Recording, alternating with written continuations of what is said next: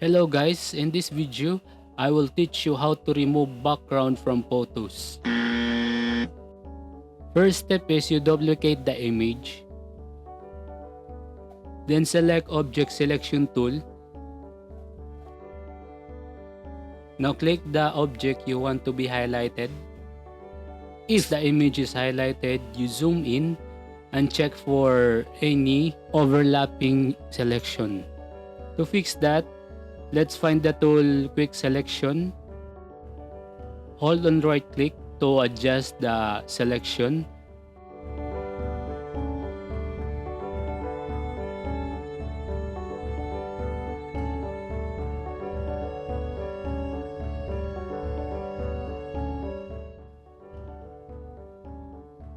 Now if you overlap the selected layer, select the quick selection minus.